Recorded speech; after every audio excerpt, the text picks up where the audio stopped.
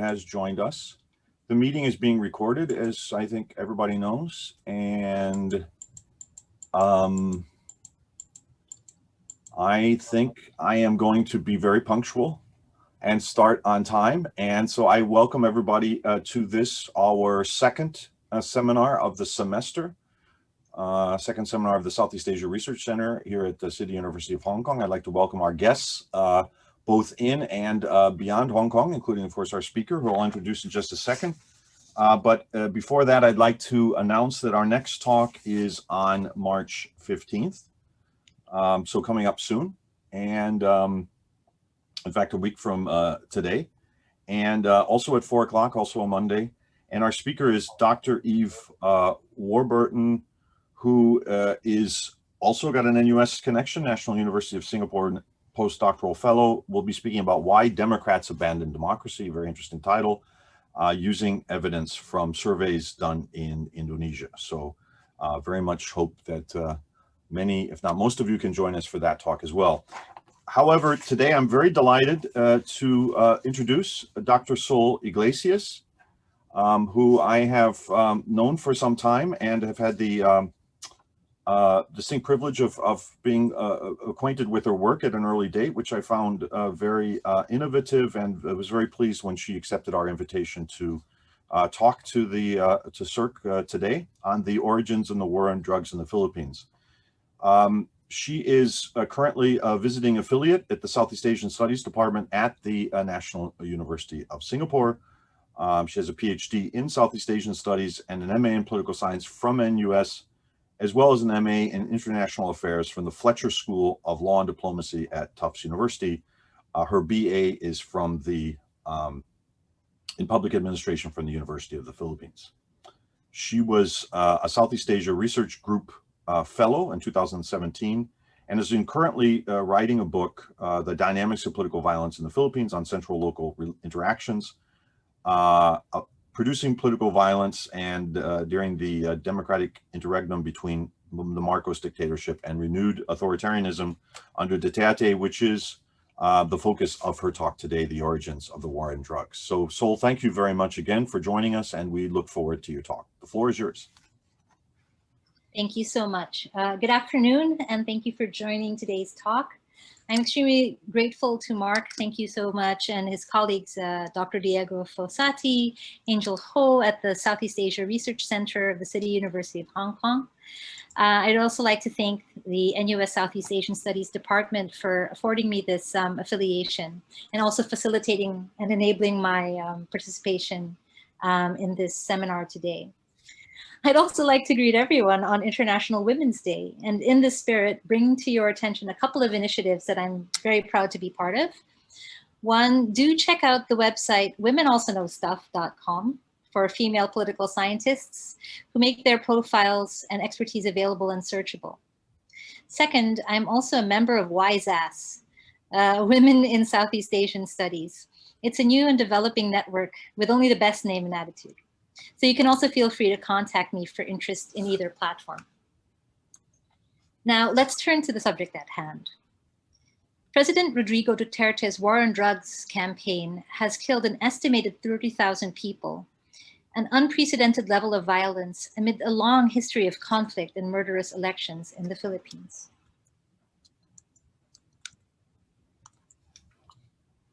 In order to provide a sense of scale, you'll see here how the war on drugs, using the low estimate from official sources, compares with state violence since the Marcos dictatorship began in 1972. You'll see that documented national estimates of violence related to counterinsurgency, as well as extrajudicial killings that targeted activists, journalists, lawyers, and the like, and as well as this new form of war on drugs or anti-crime violence that is now the dominant form of violence since 2016. So you can see the scale is really immensely, it has changed immensely under the Duterte presidency compared to any period in the past. Now, let's talk a little bit about my research itself. So my study explains the political violence in the country from 2001 until Duterte's election in 2016. This is the period in which this particular form of anti-crime violence emerged. But why does political violence persist in a democracy? Explaining the Philippine case as a failure of democratic consolidation is not enough. The key is to understand how a weak state governs. So specific patterns of political violence are contingent upon the central local dynamics that produce them. And overall, I find that the state remains the biggest producer of sustained political violence, mainly related to conflict. Without a monopoly over the legitimate and illegitimate use of force, the state seeks to regulate violence in society. Locally led particularistic violence over elections tends to be small in scale, unless it is quasi-statist and centrally supported, as we will see in the Davao City death squad killings linked to Duterte himself. So the Philippines remains a weak state, but it has a relatively strong capacity for violence. And so what accounts for violence in democracies, at least according to the literature? One explanation is that democracy has failed to consolidate. In flawed democracies, elections are regular, but politicians may use coercive tactics, or the state may not provide robust protection to civil liberties. But the reasoning there is circular. Philippine democracy is violent because it is not democratic enough, or violence occurs in democracies because they're not fully democratic. So focusing on the persistence of authoritarian legacies, on the other hand, usefully points us to how militaries might expand into everyday securitization. However, that doesn't explain electoral violence or why some periods under democracy might be more violent than others. So if similar kinds of violence can persist from an authoritarian past to a democratic present, perhaps the explanation lies in the state rather than the regime. Weak states are unable to monopolize the use of force and must seek accommodation with the strong men in society. Well, strong men and strong women, but mostly strong men. So let me look. Sorry.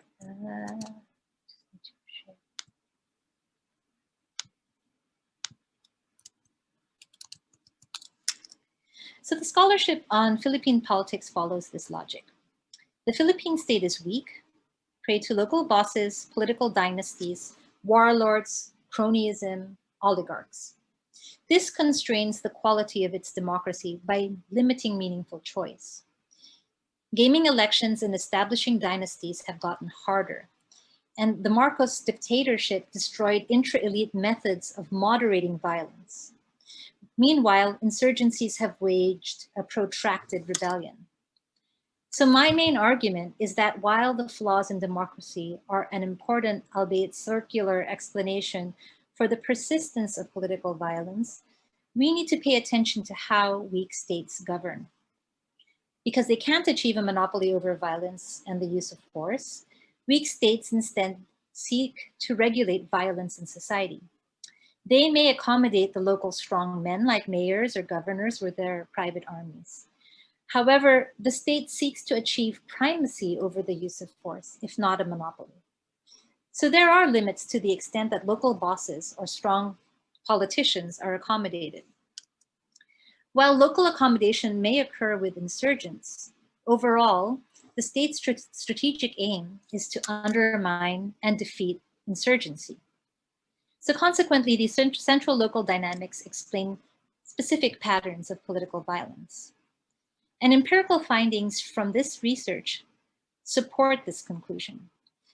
I created an original database from 3 main sources: daily newspapers, NGO reports, and Commission on Human Rights, or CHR, investigation case files. My empirical strategy has been to glean features of violence reported in these sources, such as who were the perpetrators, who were their targets and why, what was the timing, what were the locations of the incidents, in order to infer the central local dynamics of political violence, namely the forms, the aims, how they were produced, and on the outcome side, the scale of the violence in different dimensions in terms of the level of violence, shifts in scale either upwards or downwards, and how violence ended. So here are my key findings. Conflict was a dominant form of violence in the post-Marcos period. Conflict refers mainly to insurgency and particularly counterinsurgency in this case. And it was focused in my study on the Communist New People's Army, or NPA, insurgency, which was present throughout the 4 regional areas across the country that I studied. That is Eastern Visayas, Central Luzon, Northern Luzon, and Southern Mindanao. Conflict was the main source of violence overall, and it produced periods of state terror. I also found that in recent years, conflict-related violence morphed into violence for resource extraction, particularly over mining and dispossession. Now, electoral violence, which tended to be, until now, the focus of a lot of the literature on Philippine politics. Now, electoral violence was persistent and seasonal. So every 3 years during synchronized national and local elections, violence tended to scale up. But overall, it declined with dynastic consolidation on the rise on one hand, and the state's growing intolerance for violent dynasties and private armies on the other hand. Finally, it was during this period that so-called anti-crime violence for social control emerged as a durable and effective form of political violence, particularly in Davao City, where Duterte was a long-time mayor. My research explains patterns of political violence from 2001 to 2016. A decade earlier, Philippine democracy was considered flawed, but reasonably consolidated. But the country experienced political turbulence at Joseph Estrada's ouster in 2001, and a 2004 electoral fraud scandal that plagued Gloria Macapagal-Arroyo. And these 2 developments in particular signaled possible democratic deconsolidation. Yet after violence intensified in 2005 and 2006, it declined considerably until Rodrigo Duterte was elected president in 2016. So let's talk a little bit about the broader background to the post-Marcos democratic period. Going back 35 years ago, in 1986, over 1 million people took to the streets of Manila and other cities, precipitating the collapse of the Marcos dictatorship. Corazon Aquino, who was widely believed to have won a snap election against Marcos, was subsequently installed into office as the country's new president. A key democratic reform, the 1987 Constitution, imposes a limit of a 6-year term to the president without the possibility of re-election.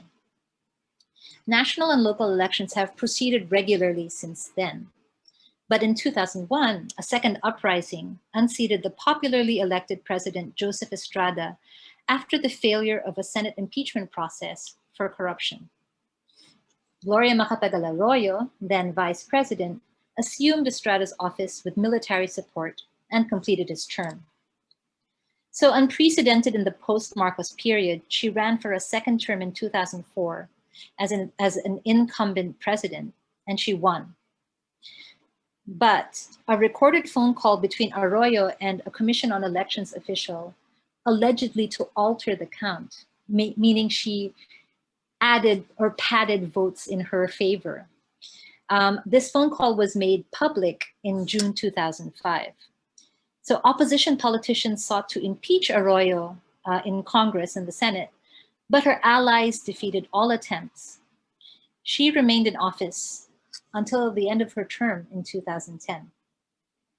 So plagued by challenges to her electoral legitimacy, Arroyo's time in office was marked by political violence, coercion, and repression. For instance, the Arroyo government revived the Marcos rule of a strict no permit, no rally policy in 2005. The Human Security Act of 2007, or the Anti-Terrorism Law, rolled back protections from indefinite detention, allowed warrantless arrests with limited judicial control, as well as discouraged legitimate acts of protest. The United Nations, non-government organizations or NGOs, and independent investigations attribute the sharp rise in extrajudicial killings under Arroyo's government, particularly in 2005 and 2006, to the military Operation Bantaylaya, which euphemistically translates to Freedom Watch. This military operation was a counterinsurgency scheme. And so the Communist Party of the Philippines and its armed wing, the New People's Army, had been founded in the early years of the Marcos government in 1968 and 69, respectively. The rebellion persists today as one of the longest-running communist insurgencies in the world.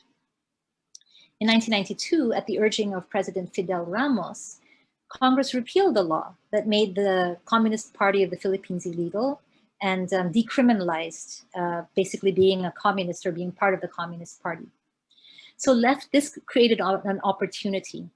Leftist political parties associated with the CPP subsequently emerged as a radical but legally legitimate left that contested elections and engaged in above-ground political organization. So the government's preoccupation with counterinsurgency in the Muslim South throughout most of the 1990s, however, created room for the NPA to grow, reinvigorating conflict in around 2001. And it was also in this period that the leftist party, Bayan Muna, unexpectedly topped the 2001 vote with over a fourth of the 5 million votes cast for the party list system. So the party list system is designed as a post-authoritarian electoral reform to include single-issue constituencies of underrepresented social sectors. So they are provided a limited but potentially effective representation in Congress. Consequently, the military designated left-wing groups like Bayan Muna as a communist threat. The government maintained that the leftist groups were a front for propaganda, recruitment, and fundraising for the armed insurgency. The NPA, in turn, they reasoned, helped candidates on the radical left get elected. Yet leftist groups may not have been targeted because they were a security threat, but rather because they were a political one. Once represented in Congress, the radical left became part of the bothersome opposition. In any case, Arroyo reversed the trend towards drawing the communists into mainstream politics because the policy was ultimately incompatible with growing conservative fears, particularly because of the left's electoral success. So over a 2-year period from 2007 to 2009, democratic institutions reasserted constraints on the military and government in response to the rise in extrajudicial killings against the left. So pressure from non-governmental groups, the Supreme Court, the investigation of the independent commission under former Supreme Court Justice Melo, and all of these efforts culminated in a visit from the United Nations expert on extrajudicial killings, Philip Alston, in February 2007. As a result, violence against activists rapidly de-escalated. In response to the outcry over the violence, new legislation and administrative measures were also instituted to increase protection and remedies available to victims of violent human rights abuses. For instance, Congress passed a law explicitly defining torture in 2009. Arroyo's successor, Benigno Aquino III, issued an administrative order in 2012 to expedite the resolution of human rights violations cases, particularly politically motivated killings of members of so-called cause-oriented organizations, which is basically code for these leftist groups, activists, and journalists. Congress also passed a new law on forced disappearance the same year. So let me just resume.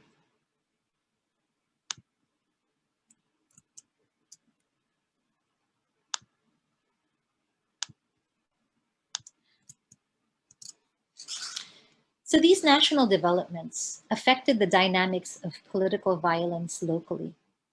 My presentation today will sketch illustrative cases of different forms of violence, the central local dynamics that produced them, and their impact on the scale of violence.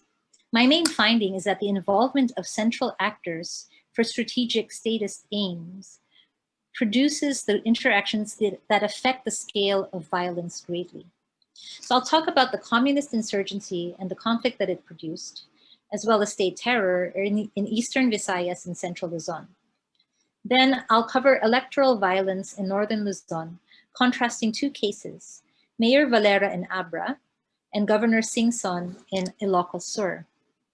And finally, the emergence of anti-crime violence for social control in Southern Mindanao, particularly through the workings of the Davao City Death Squad and the underground death squad in nearby Tagum City will round out the sort of cases, the selected cases in this presentation.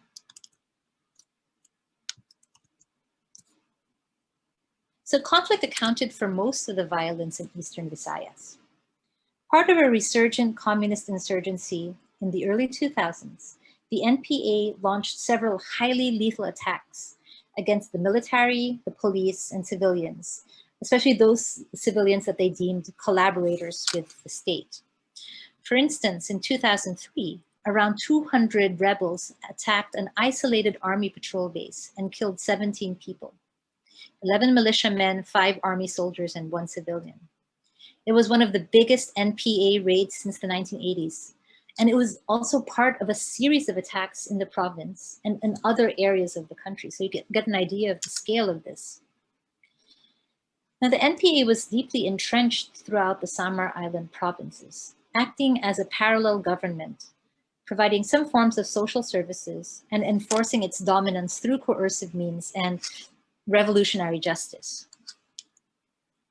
Violence escalated and peaked when the regional military command was led by a general with a history of extra-legal violence against leftist activists.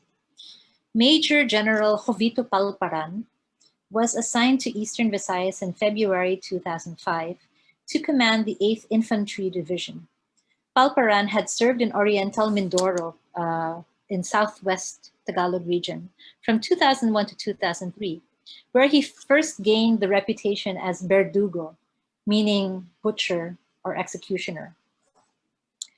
Palparan was quick to establish an aggressive posture in the region, particularly against Bayan Muna, the leftist party, which he publicly accused of being a front organization for the armed insurgency.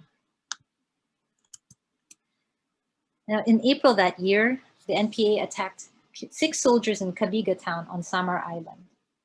Palparan condemned the attack and warned that the military would launch a massive clearing operation. And he furthermore vowed to vanquish the rebellion within months. Shortly after, the military conducted aerial attacks, bombed villages, and set up blockades to disrupt the provision of food to insurgents and flush them out. An estimated 900 people in 8 villages in Cabiga fled in fear after alleged military harassment. Counterinsurgency operations displaced another 2,500 residents of remote villages in another town. Palparan remarked that he hoped these evacuations would serve them a lesson and that they would stop supporting the NPA. And because of the difficulties in combating insurgent guerrilla warfare, states tend to employ large-scale violence against entire populations.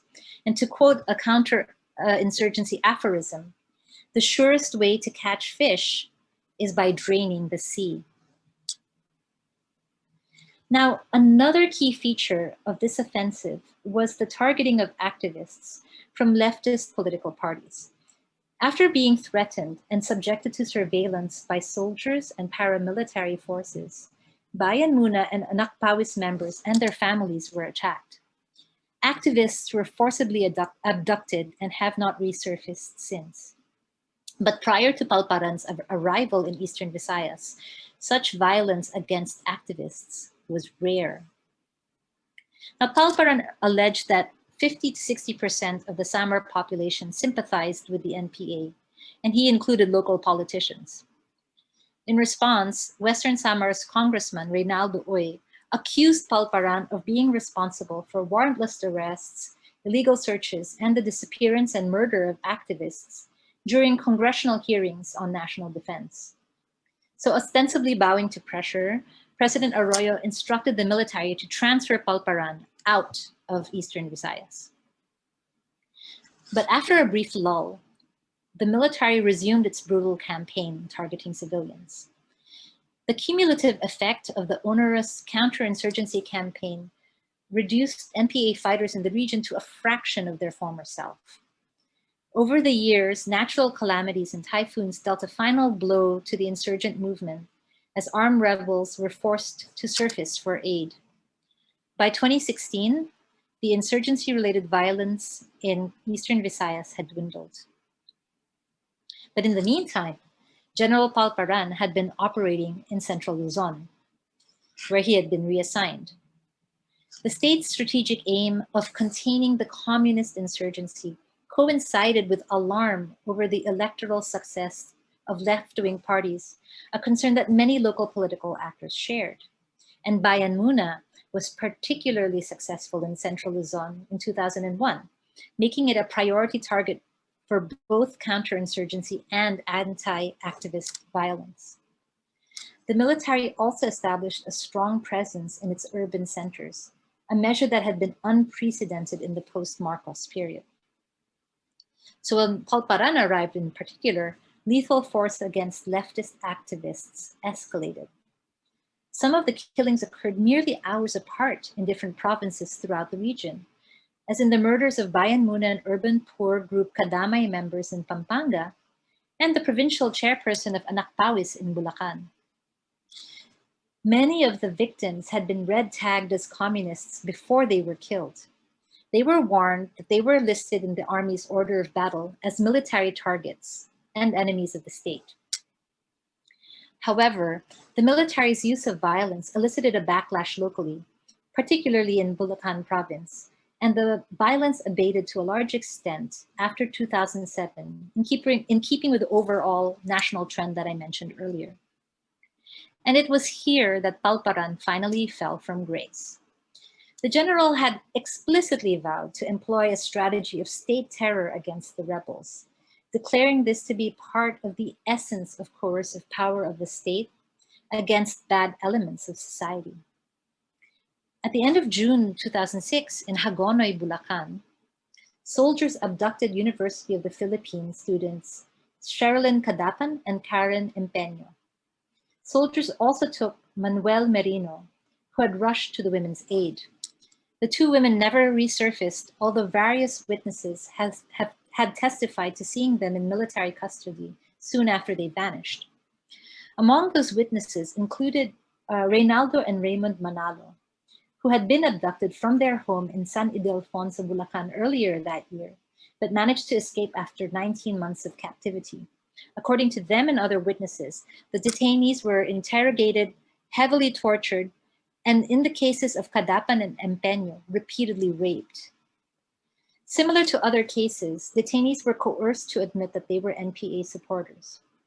The abduction and treatment of the prisoners was carried out under Palparan's command, with his direct involvement. Yet, a month after the women had disappeared, President Arroyo singled the general out for praise in her 6th State of the Nation address on July 24, 2006, saying that Jovito Palparan continues to battle our enemies. He will not back down until the communities he serves are released from the darkness of fear, able to rebuild their lives in the dawn of justice and freedom. Now, the posting to Central Luzon was Palparan's final assignment on active duty.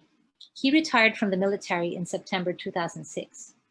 With almost 200 cases of extrajudicial killing or forced disappearance linked to Palparan in Mindoro, Eastern Visayas, and Central Luzon, it was in Bulacan where a local court indicted him for the kidnapping of Empeño and Cadapan in 2011. Palparan evaded arrest and went into hiding from 2011 until his capture in 2014. He was convicted of kidnapping and serious illegal detention by the Bulacan court in September 2018, along with 2 former soldiers.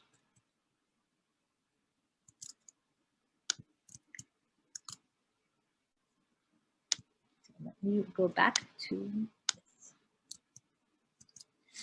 So now I'll briefly talk about electoral violence.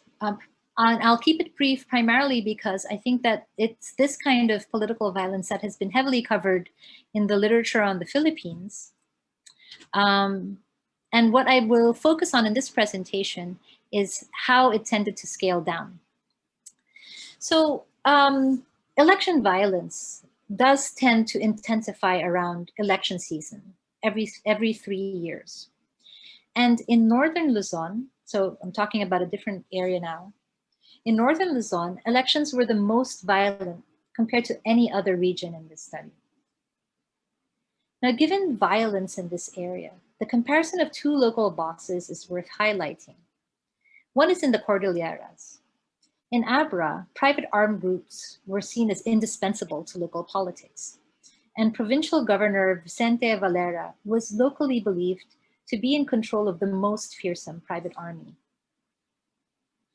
Now, elections precipitated the assassination of candidates and their supporters, mainly at the town level, down to campaigners and barangay leaders at the village level. After a series of assassinations that Valera was suspected of masterminding, the killing of his rival, Luis Bersamin, on the eve of the 2007 elections sparked a central government takedown of Valera. So a special police task force arrested Valera, dismantled his private army, and he was eventually convicted of Bersamin's murder. And voters also punished the Valera family at the polls. The Valeras lost their 20-year grip on the governor's office in Abra as the murdered Bersamin's brother, Estaquio, triumphed over Valera's wife. Now, in contrast, Ilocos Sur Governor Chavit Singson, seen here with a big tiger, played a risky gamble that paid off in 2001. He was a key witness in the impeachment trial that triggered the ouster of the popular President Joseph Estrada. After a close relationship with Estrada, exposed for his participation in the political protection of an illegal numbers game that led to Estrada's ouster, he thus found himself in good stead with President Gloria Macapagal Arroyo, who of course assumed Estrada's office for the rest of his term. Singson had long been Ilocos Sur governor from the imposition of martial law in 1972 until its end in 1986. While Arroyo was president, he was linked to several assassinations and attempted killings aimed at thwarting investigations into his alleged corruption. But then when he retired from overt electoral politics in 2013, he organized other local politicians in the province so that most ran uncontested. In the Philippines, you see, if you run uncontested, you only need exactly at least 1 vote in order to win the office anyway. And every candidate in the Philippines, of course, votes for themselves. So this was a rather non-violent end to a very violent political career on his own terms, unlike Valera. Now moving on to the next case, anti-crime violence for social control. In this section, I'll speak more about the Davao City death squad, but actually it is a tale of 2 cities, a tale of 2 death squads, if you will. So as you might recall from one of the earlier slides, for southern Mindanao, there was a large volume of violence that was neither election nor insurgency related.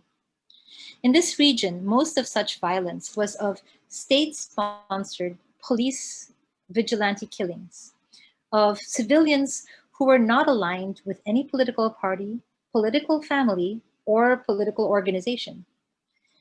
Instead, they were designated, rightly or wrongly, as criminals.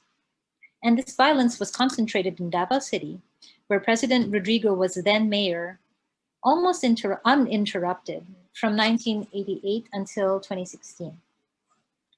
So to understand the current war on drugs in the Philippines, it is necessary to study the Davao City Death Squad. State-sponsored vigilantism may have claimed as many as 1,200 lives, mostly young men or boys, almost all of whom were part of Davao City's urban poor. When President Rodrigo Duterte was the mayor of Davao City, he avoided overt political repression that would have courted backfire. So this social cleansing virtually gained public acceptability as an effective solution to urban crime because it made the city otherwise safe. Throughout the latter half of his tenure as city executive, Duterte effectively cordoned Davao City off from the anti-communist campaign that the military waged around the city. Duterte was a powerful third force in the conflict between the army and the NPA. He exerted a strong influence over military units in the city and the southern Mindanao region more generally. Moreover, he essentially permitted guerrillas, communist guerrillas, to operate in certain areas of the city. Duterte ensured that leftist activists were safe from state-sponsored killings, and in turn, they were expected to remain silent over vigilante killings in the city. Now, the Davao City Death Squad grew as Duterte consolidated his influence over military and paramilitary groups. It expanded from a handful of assassins in 1988 to a shadow structure parallel to an official anti-crime task force, initially meant to address organized crime. The DDS targeted gang members, thieves, and drug addicts. Through a patchwork of deals with the military and insurgents and using financial incentives, Duterte had hegemonic control over the use of violence in Davao City by the late 1990s. And in this environment, Duterte began operating the Davao City Death Squad unencumbered by rival groups. So these state-sponsored vigilante killings in Davao City evolved over time, but some key characteristics from the very early period remain consistent. DDS violence tended to occur in spates of killings that fostered a dangerous atmosphere, with multiple killings in one day, over the course of a few days or spread out over a month. At the start of a new mayoral term in 2001, for example, Duterte declared a war on drugs and vowed to eradicate drug crime from the city by the end of that year. A few months after the election, a spate of killings attributed to the DDS began with as many as 8 killed within 8 alleged drug criminals killed within a week. Duterte read lists of alleged criminals over the radio, and within a certain period of time, sometimes as brief as a day or two, some of those on the list would be killed by unidentified gunmen on motorcycles. And the lists came from the police, anti-narcotics crime bureau, and intelligence gathered by village officials. The DDS also began targeting newly released convicts from prison, individuals with cases pending against them, or people with a criminal record. Typically, the targets or their families would learn directly from village officials or through word of mouth that they were on the list prior to the attacks. So the violence was selective and not indiscriminate. This personalized the threat and strengthened the ability of the local state agents to control dense sections of the urban poor. A crucial part of Duterte's success stemmed from his ability to form alliances with national politicians. In July 2002, President Gloria Macapagal-Arroyo threw her political weight behind Duterte and appointed him to head a national consultative task force on kidnapping and illegal drugs. In doing so, she endorsed his methods in no uncertain terms. He also chaired the Regional Peace and Order Council and therefore was involved in the management of several security issues beyond the borders of Davao City.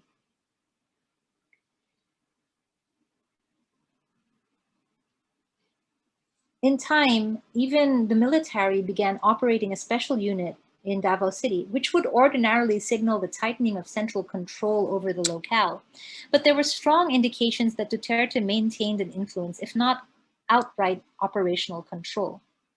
Moreover, this military task force was likely to have indirectly supported the DDS vigilantism in the city.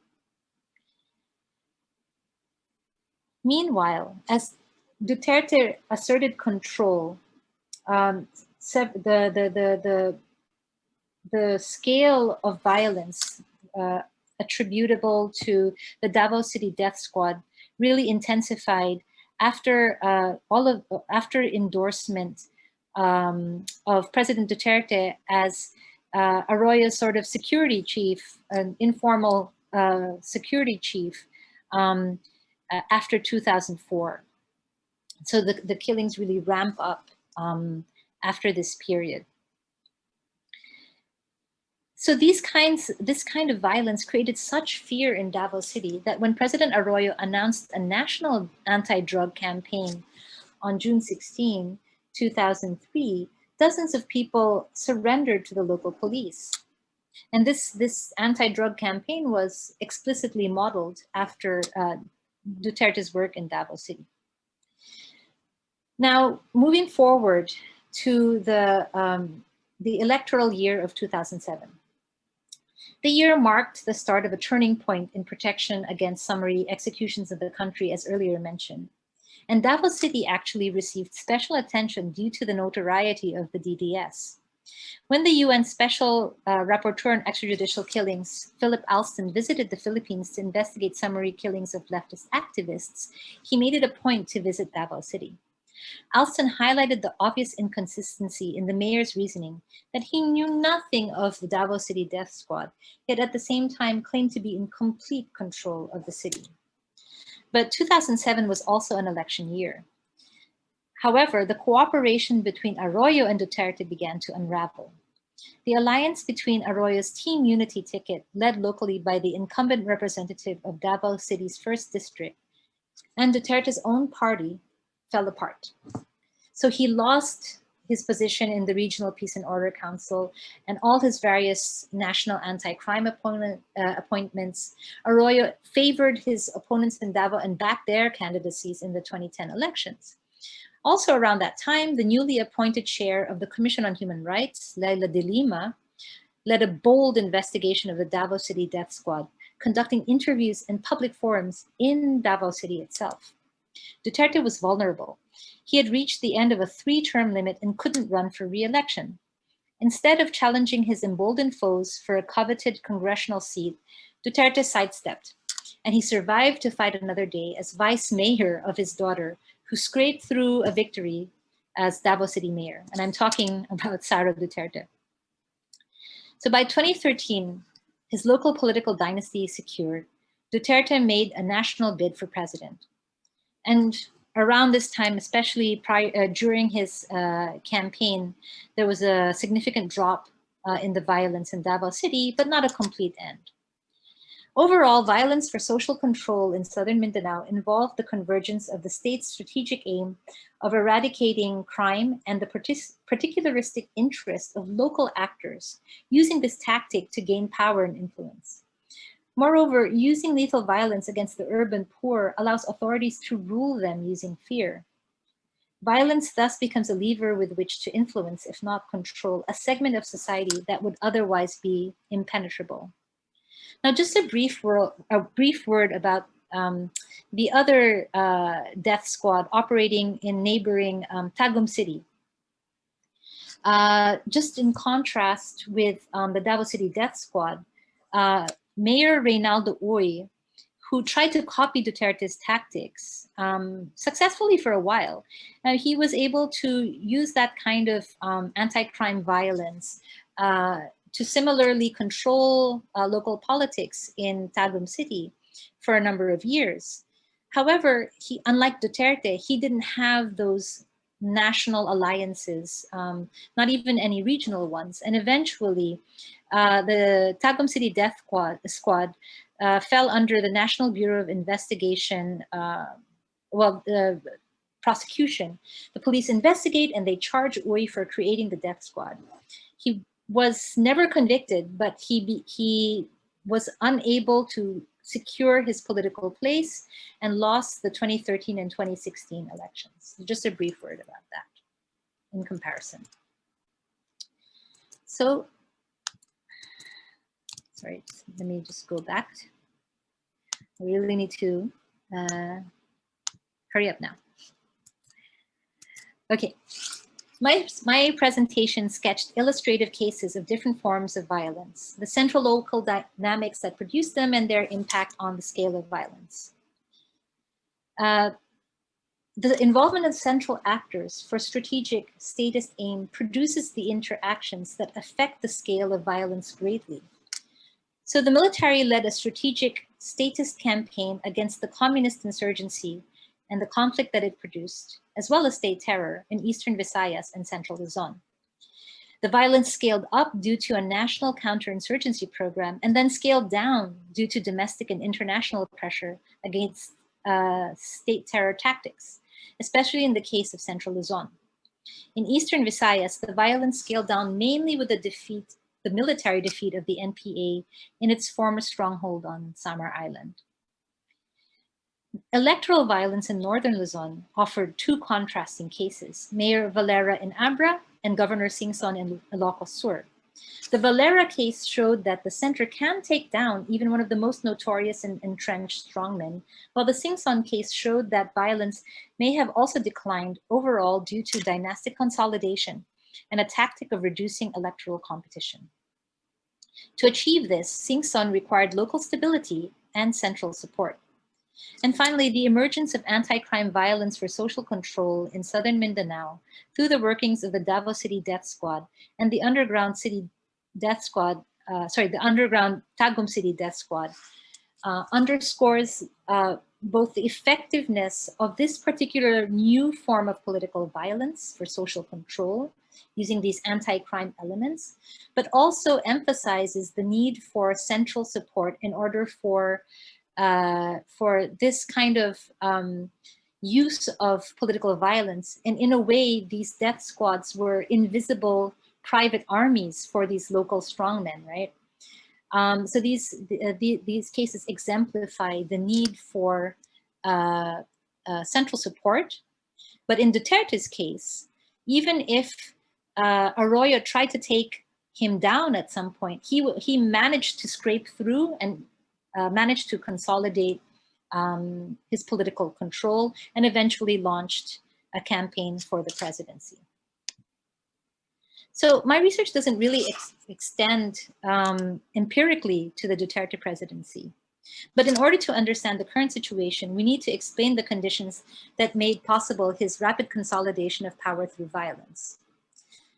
So the national war on drugs was a campaign, or is rather a campaign of state terror and clandestine state-sponsored vigilantism at such an unprecedented and large scale. How is this possible? Duterte expanded on the anti-crime vigilantism from Davao City, using a similar rhetoric and targets, but carefully adapted tactics. Duterte attacked democracy's weak flank, crime, peace and order, without immediately imposing dictatorial controls that would have provoked opposition. In this regard, the neutralization of the left during Duterte's first year in office was crucial. Duterte made strategic use of the Philippine National Police, tapping into existing modes of violence and corruption within the institution. And I think Duterte used the war on drugs to quickly condition the population to a new kind of politics. He attacked democracy as an elitist project, enabling him to disregard the civil rights of a marginal group, while making him look like a man of action who immediately achieved something concrete as soon as he got into office. The reality was that he needed to establish a base at the center and project power nationally. His war on drugs inverts the national pattern of violence, which used to be concentrated in the rural areas, because the most effective way to project power quickly is in the cities. Ultimately, the violence is an integral part of a broader project to centralize power in his hands. And during this period of authoritarian repressiveness, the left had already been severely weakened on both its armed and political fronts across the country. So with Duterte's initial overtures to co-opt them, it effectively neutralized a key source of potential opposition during the critical first year of his presidency. And the prior period also saw a consolidation of local elites that limited centrifugal forces in society and may have helped to create favorable conditions for a centralizing leader at the top. Finally, Duterte's rise was specifically enabled by repressiveness under former President Arroyo, who had accommodated and even celebrated state-sponsored vigilantism despite the rising death toll in Davao City. The example of Davao City demonstrated the great potential that this new form of political violence had in store, foreshadowing the collapse of 3 decades of democracy. And I'm very sorry for being a little over time, but I'll end there. Thank you very much. Thank you very much, Sol, for that comprehensive view of a rather disturbing topic, of course, but essential for understanding Philippine politics today under Duterte. And I think you're right. It's not enough just to look at Duterte's current forms of political violence, but to understand where they've come from and what the patterns were previously. So I think that's very insightful. We have plenty of time for questions, and rather than abusing my privileges as chair of the session, I yield to the audience. And Sol, I think it's probably easiest if you just field your own questions. Okay. I think there is a hand-raising function, which I actually don't know how to do, so I probably will just raise my hand at some point. But I think, let's see how many, if anybody has a question at this point. I have to admit, I also invited a lot of friends and family, so please do. Oh, that's good. Please do raise questions. One thing we've noticed is Zoom is not only a bad thing, it's not just a constraining thing, it's a good thing because we can be more international in our audiences. So that's begun to, even though people like to make fun of Zoom, it has its positive sides, and this is one example. I think I see someone raising their hand, but I'm not sure how to manage this.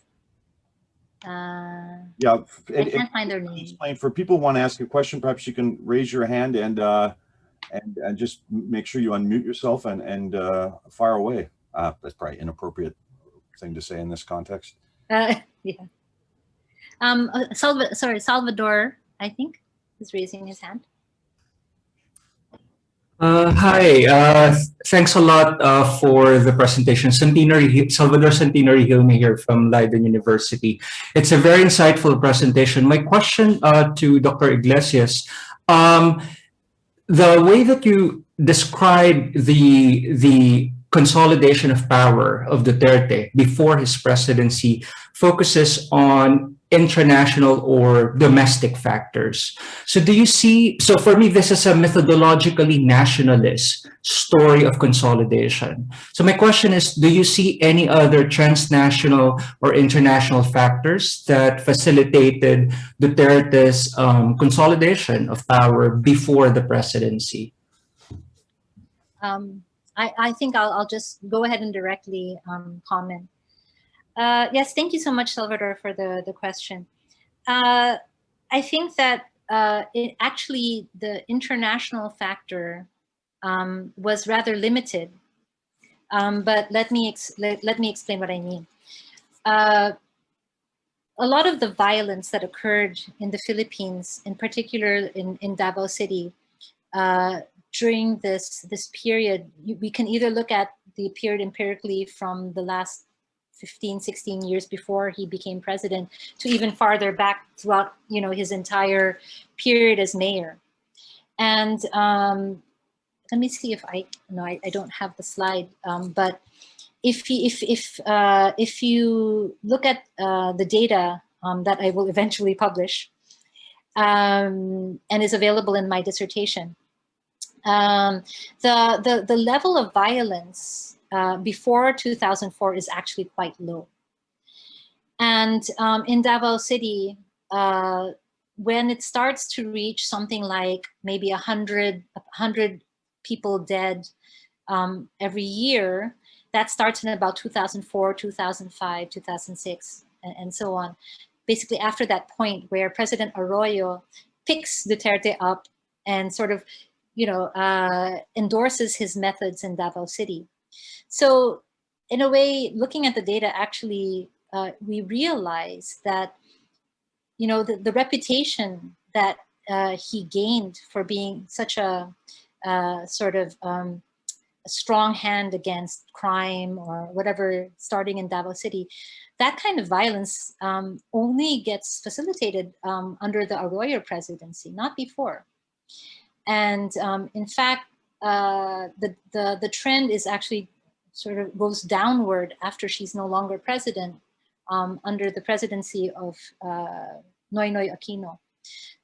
Some sources in Davao City say that when Sara Duterte becomes mayor in particular, the Davao City death squad violence goes down further because, you know, you don't have that same sort of support from City Hall.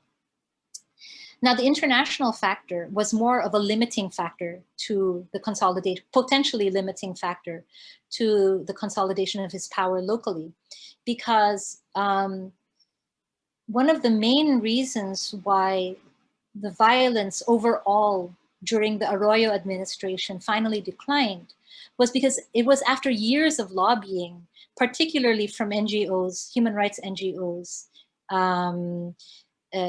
They're lobbying, they're trying to direct both attention from domestic democratic institutions, but in the end, what really made a difference was international attention, embodied by the visit of the UN Special Rapporteur on Extrajudicial Killings, Philip Alston.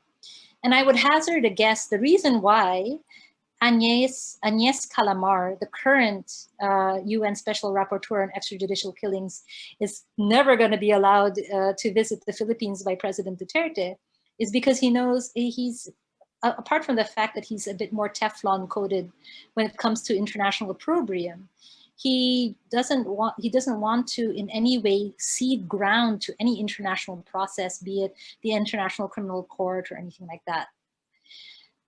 So yes, in sum, what I wanted to clarify was that the factors that allowed Duterte to consolidate his power were more domestic rather than international. I mean, as mayor of Davao City.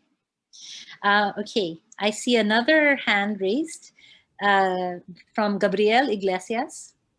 And sorry, just to add, Daniel has a chat comment as well. You might. Oh, right. Yes. Okay.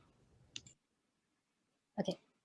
And then I'll get to Daniel Pasco's question after that. Okay. Hi, Dr. Iglesias. Thank you for your very thorough explanation of how Duterte is consolidating power. But what can we do with this knowledge? Like, how do we resist his authoritarianism and protect democracy in the Philippines? Thank you. That's a really good question. Incidentally, I recently interviewed Philip Alston for another paper that I'm writing. And so what we discussed, one of the things that we discussed makes me think of an answer to your question. That is, at the very least, what we can do, and what the example of many human rights NGOs and academic institutions have done, even during the Marcos dictatorship and during this period of authoritarianism under President Arroyo, and now under Duterte's presidency, is to document and advocate. So document the human rights violations that are being committed by the state, because what we have seen in the Philippines is that apparently compared to a lot of other countries, the quality and level of documentation of human rights abuses and violence is really good, and that's very helpful when it comes to domestic and international prosecution. Because as we have seen in at least Marcos's case, the importance of documenting these human rights violations emerges only after the regime has been defeated or after the regime has changed. And currently in the Philippines, as in Davao City when he was mayor, currently President Duterte has all the power of the state behind him. Now, I talked a lot about the period before Duterte became president. The one big difference now that Duterte is president is that, unlike his predecessors, he's really centralized a lot of power.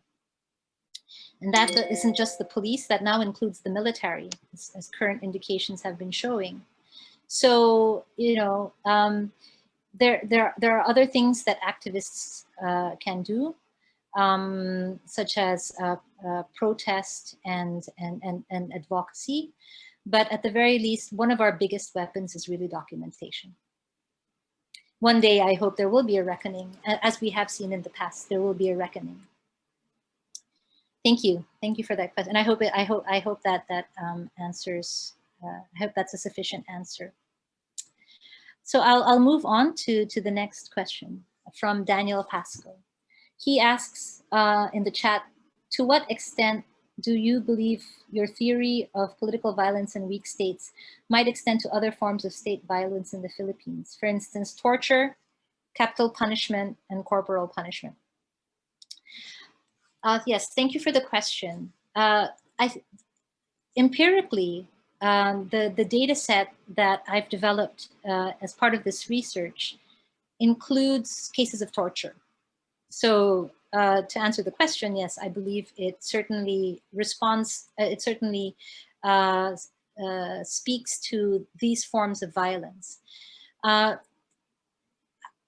problem with torture is that it tends to go undocumented.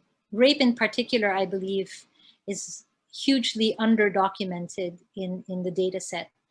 The clearest forms of political violence that lend themselves to documentation are extrajudicial killing and, to a large extent, forced disappearances. Now, in terms of the theory, I just see that these other examples, torture in particular, I see them as a natural extension of the weakness of the Philippine state, But going to question the capital punishment and corporal punishment, well, I think that I would have to give the question of capital punishment some thought, because I suppose the question of capital punishment, or the imposition of the death penalty, is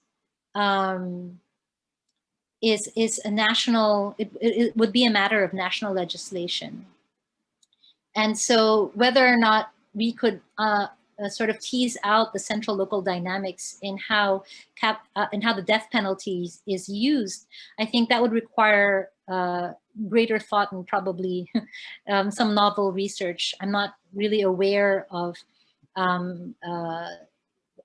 looking at capital punishment basically as some kind of dependent variable for political violence. And I would say the same for corporal punishment. I hope that suffices. I see there's another question from Ray Paulo Santiago, RP Santiago, from the Ateneo Center for Human Rights. He says, will you make your dissertation available to the public, including part of media advocacy? This may also be timely for use as part of voters' education, since elections are just around the corner for the Philippines. Thank you. Thank you, RP. Thank you very much for your question. So actually, my dissertation is available online. I think the National University of Singapore has a searchable database for dissertations, and it's definitely available there. I mean, it takes several steps. You have to, so it's not very readily available to the public. Let me put it that way. But for that reason, I am working on a manuscript to transform my dissertation into a book that I hope will be published within the year, or sooner, if not within the year, soon after, and more easily available. One of the things that I also plan to expand upon is to write shorter pieces for online magazines or online platforms, as I have already done for New Narrative, which is Southeast Asia-wide movement and online platform for democracy. I've written an article on the Duterte playbook for them. So, you know, I certainly would like to find broader audiences to discuss the implications, similar to the previous question from Gabriel. You know, you know, I'm trying to. I would certainly hope to find more platforms or find opportunities to discuss the implications of my research. And PJ Thumb, the managing director of New Narrative, has kindly put the link to the Duterte playbook in the chat. Oh yes. So okay, let me go to Mark before I go to Paul. Yeah, thanks. So I just wanted to follow up and say, if you are interested, we'd be happy, you know, to put the link to your dissertation on the little, you know, write-up of your talk. So if you want to send us that, we're happy to do that. And I also can recommend, from personal experience, New Mandela is another good outlet for these sources. So, but anyway, we all look forward to the published version as well. So my question is, you know, you offered this interesting table toward the end, but it was a little bit complicated. Yes. Not sure I was able to fully digest it. So I'm trying to figure out for myself, and maybe for some others who are also thinking about this, what work exactly, in your view, does the central government do when it comes to political violence? Perhaps an awkward way to formulate it, but so, I mean, putting aside the local origins of violence, would seem primarily to be, on the one hand, warlords, politician warlords, and on the other hand, insurgents, which you didn't talk much about because it's not state linked. So that's the local bit, but the national bit is the military primarily for the anti-insurgency violence. And one thing you didn't talk that much about, but presumably is also a factor, is the military, as we know, is kind of an independent state actor. And even Duterte has to bow to the military. I think that's pretty evident. People have been increasingly commenting on that. And now we have the new state force, the police, which you mentioned, that's occurred under Duterte. The police have always been engaged in a kind of low-level political violence, I suppose you could say, or anti-crime violence that's not so political, but it's become politicized, it's become more national. But that's new, and that's since 2016. And then you have presidents who have condoned violence because of alliances, but that's changed as well because now Duterte is sort of vigilante in chief, as it were. So that's my take, if I understand that correctly. And you know, the other question kind of related to that is, so do I understand you correctly that you're kind of suggesting that one reason Duterte may have run for president was because he was losing his national alliances, so he needed to grab national power himself?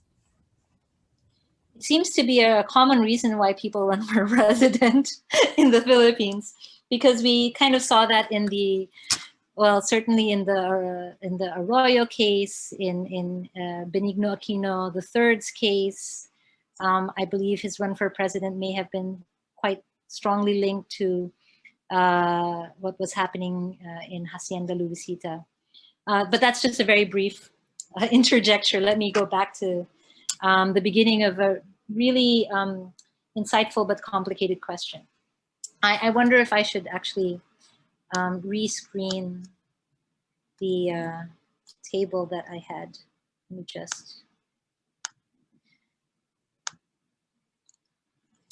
So I'll be frank.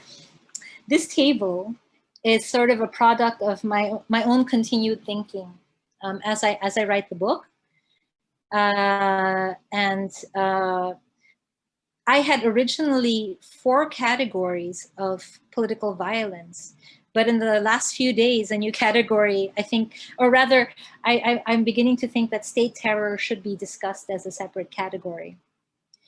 But to try to explain these central dynamics, these central local dynamics on the sort of explanatory independent variable side, and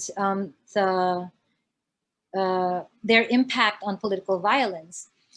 I think what is most interesting and provides the greatest leverage in terms of explanation is how these central local dynamics interact, how central and local actors interact.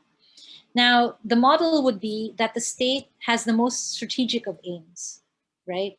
If we think of a state as in some way autonomous from the elites that run it or from society, conceptually the state pursues strategic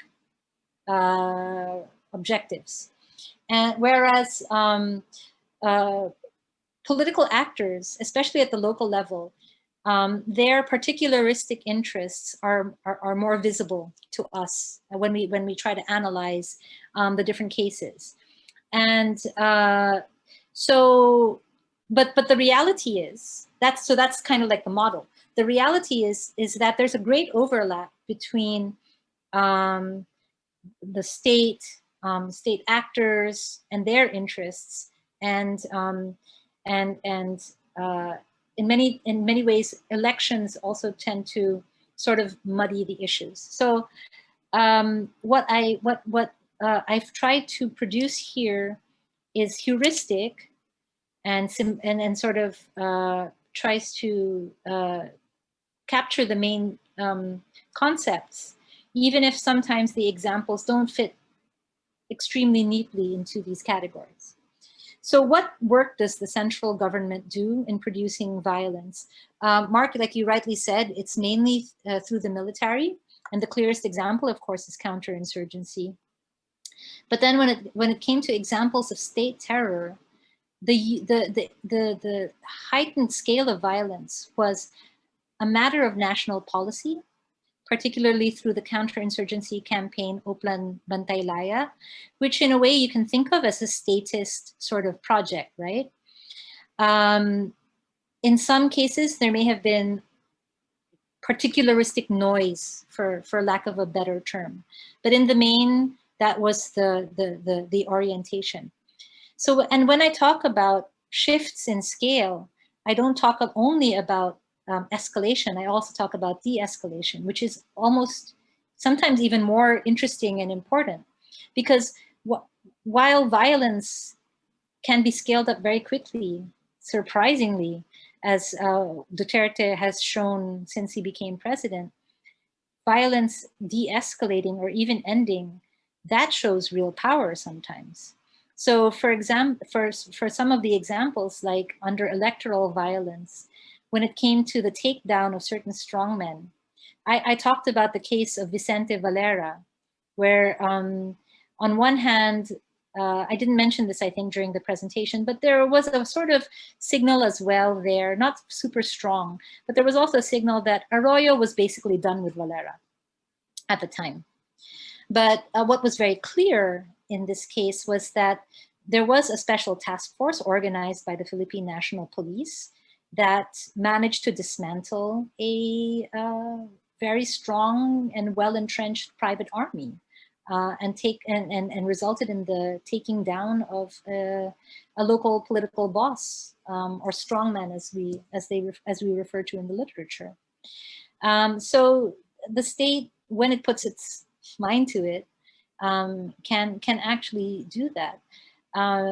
So going back to my main argument, the state, or rather my main finding, the Philippines, the key characteristic of the Philippine state is its weakness, and that helps us understand why and how it uses political violence.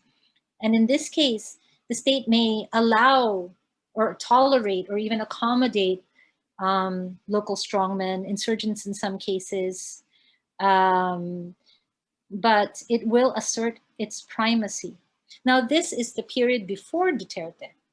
When we look at Duterte as president, we see very early on, and I think beyond his first year in office, the evidence continues to grow, that Duterte, like Marcos, is embarked on quite determinedly on a process of centralization of power, and has been quite effective in a way that none of his predecessors in the post-Marcos period have been. Not even Arroyo had managed to centralize power to the extent that Duterte has. And I believe that the sort of shock and awe tactics of the war on drugs helped to bring about this consolidation and centralization of power. It's really astonishing how quickly he managed to do this. And I think this is something that will occupy us, trying to understand this for a great amount of time. And especially, I think, as RP mentioned, elections are around the corner. Let's see. I think there were other issues that you raised, Mark, but I think that was mainly. Yes, thank you very much. Okay. So there's a comment here and a question, I think, by Paul Quintos.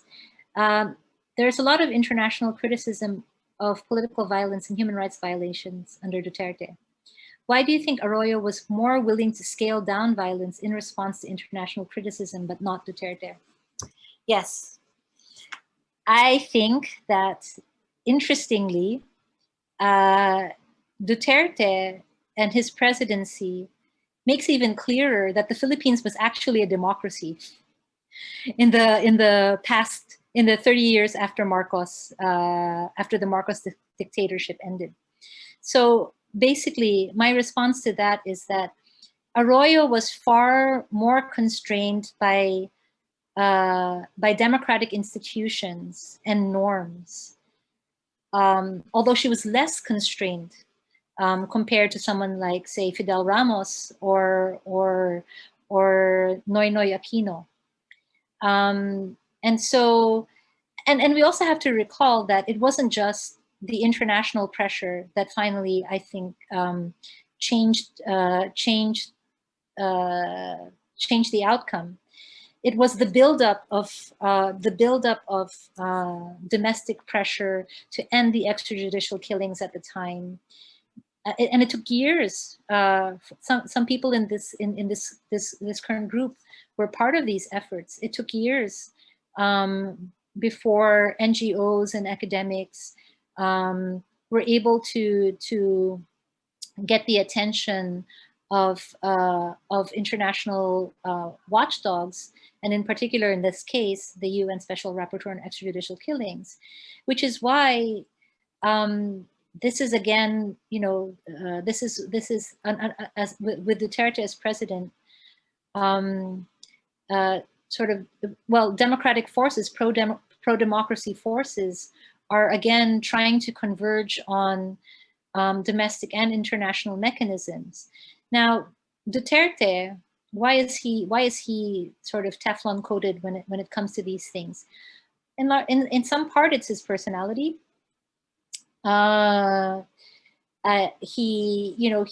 This sort of folksy local mayor kind of put on persona that also is anti-elitist and views these kinds of international processes as part of that larger sort of, or at least casts these kinds of processes as part of the sort of elitism, political elitism that he claims to fight against. I think this is, it's hubris, it's attitude, and but the question ultimately will be how long he can actually resist legal obligations and ignore international criticism. I think one last thing I would put on the table to respond to that question is, and I will try to put a link to the book in the chat if I can.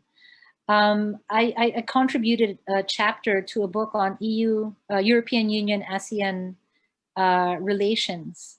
I contributed a chapter on the Philippines, and what I argue in that chapter is that when it came to the Philippines, the the special trade, the preferential trade arrangements that we have with the European Union, which has additional obligations on human rights and labor, the respect for human rights and labor obligations, international obligations, and that sort of thing, allows the European Union to send special envoys and allows the EU access to visit the country, unlike the UN, right? The UN has not been able to bring official observers.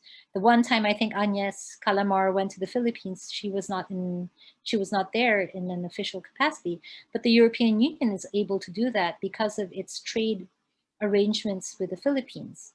And while it has not necessarily resulted in a sort of corresponding decline in the violence, what I do find is that this sort of negotiations with the EU occurred when the war on drugs violence was relatively low. And I believe that mechanisms like this can provide some sort of way to pressure the Duterte, even the Duterte administration, even if they put on this act that they're impervious to international criticism. Behind the scenes, among the diplomats and the trade diplomats and all that, there were actually behind the scenes discussions trying to convince, say, members of the European Parliament that the Philippines could be counted on to improve its human rights situation in order for these trade preference, this preferential treatment to continue, that the Philippines would improve its human rights situation. So Paul, I hope that suffices.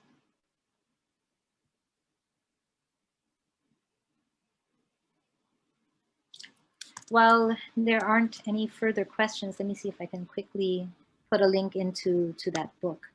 I don't think the book is available online, but if you contact me, I can send you my chapter.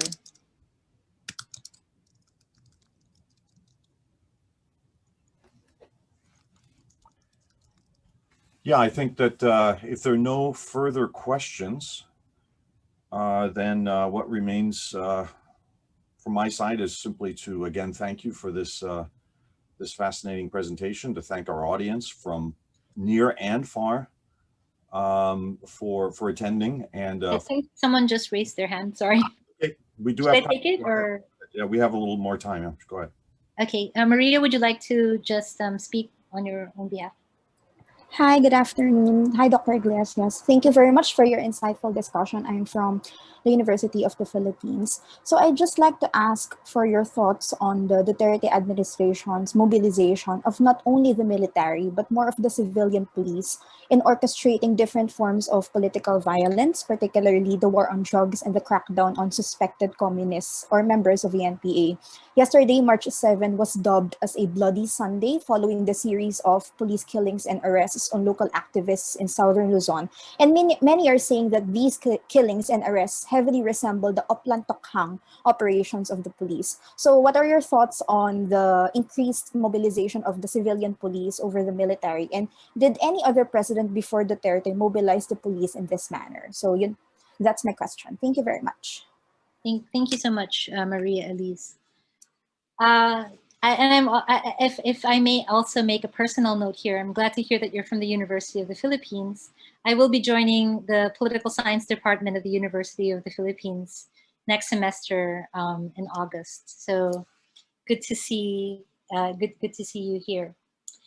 Thank you very much for the question, and it's an important and timely one. So I'd first like to comment on the role of the police in implementing this war on drugs. So based on my research in the earlier period, the use of the local police, the Davao City Police, was crucial for Duterte's Davao City Death Squad project. In fact, if he is to be believed, the former chief of the Davao City Police, Antonio Las Cañas, had testified to the Senate, and under an inquiry led by Leila de Lima, who I had actually deliberately mentioned earlier, because as those of us who are familiar with the Philippines those of us who know very well, Leila de Lima, who was then chairperson of the Commission on Human Rights and Secretary of Justice under Benigno Aquino III, is now senator, but she's been in detention for most of her tenure as a senator. But when she was, before she had been detained, she had been conducting an inquiry under the Senate's Justice Committee, if I recall correctly, Justice and Human Rights Committee. She had been conducting an inquiry into the war on drugs. And yes, Antonio Las Cañas testified to the extent of police involvement in the Davao City death squad. Now, as president, one of the things that seems apparent from the early period of the war on drugs, the war on drugs, and in this early period is crucial because this is when most of the violence occurs. You know, this is the period where there are fairly credible reports that around 1,000 people a month were being killed, not throughout the entire country, but concentrated in the main cities of the country, right? And that's important to note because the way I believe Duterte mobilized the police was, especially in the beginning, not so much as an institution as a whole, but he was able to sort of export, like, there's a really good Reuters, if I remember correctly, report on the Davao boys. You know, sort of members of the police force who had spent time in Davao, probably gotten, or probably sort of trusted by the people around Duterte, who were then kind of exported to different parts of the country, especially in places like Manila. And, you know, I think that it was this kind of mechanism that sort of amplified the scale of the killings in particular areas, right? Because, and one project that I hope to work on in the future will be the central local dynamics of the ongoing war on drugs, because that's the kind of empirical data I don't have. And but there are some people who have started working on it. Peter Kreutzer, for example, in Frankfurt, if I recall where his institution is correctly, you know, looking at the differences in how the war on drugs created fatalities across different locales, and you know, which local governments, which local officials were more prone or more likely to implement the project and that sort of thing. So to see the variation across the country over time. Now, the extrajudicial killings, the sort of ongoing spate of extrajudicial killings against leftist activists. So what I had mentioned earlier was in the early part of the Duterte presidency, it was critical that the left was kind of neutralized, for lack of a better term, because there was a peace process going on, for those of you who are more familiar with it. And, you know, there was a sort of wait and see attitude, but finally the peace process collapsed. And so the sort of protest and mobilization of the left resumed, especially around especially protests against the burial of former President Marcos in the Libingan ng mga Bayani, or the Hero Cemetery, right? And once those protests started, like, they started to grow, and now we see that the left is clearly again in the crosshairs. I think there was also a sort of alignment, or there was a misalignment with the military because of Duterte's closeness with the Chinese again versus, the sort of military closeness with the U.S. And I think this points to something that Mark had referred to earlier about the military also acting a little with its sort of own autonomy, right? And the need to sort of bridge that. And I think that Duterte has been bridging that of late.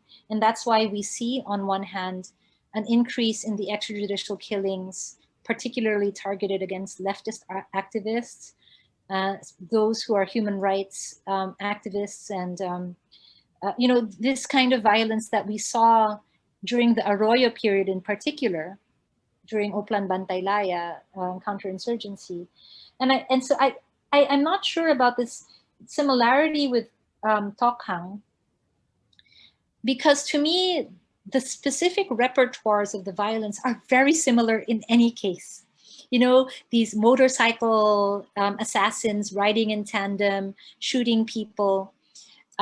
So I would have to really look at the details. I think this is not covered in my current research, but certainly it's something that I would look at in my future research. And now I'm sorry, gone over by a minute. Mark, you were... No problem, but we do need to stop. I think, if there are further questions, perhaps people can email you. I think you're easily Googleable, if that's a term. For the follow-up, I want to also say that I think that's great that you're thinking of following up with further research on the drug war. I can't resist, of course, mentioning, I think we've spoken about this before, Danilo Reyes here at CityU, PhD student, is also working on the drug war at the moment and for his dissertation. So I think there are a number of projects. There's, of course, the center between the universities, Ateneo, UP, and so on, which is the Drug Archive, which is, of course, trying to gather data. So I think gathering, as you said earlier, documenting these things is very important. But again, thanks, Sol, and thanks to everyone who participated for their questions. And I encourage everybody to join us again next Monday when we change countries and topics, looking at Democrats not being interested in democracy anymore. Very evocative, provocative title. Thanks again, Sol, and we'll sign off from here. Thank you so much, Mark, and thank you, everyone. My pleasure, and thanks, everyone. We'll be ending the session here, and so all the best. And as I said, I'm happy to put that link up to your thesis if you'd like. Yes, please. I'll send you the link. Yeah. Okay. Great. Okay. Thanks, everybody, and goodbye here from Hong Kong, Singapore, and wherever else people are. Thank you. Bye-bye. Thanks. Bye. Bye.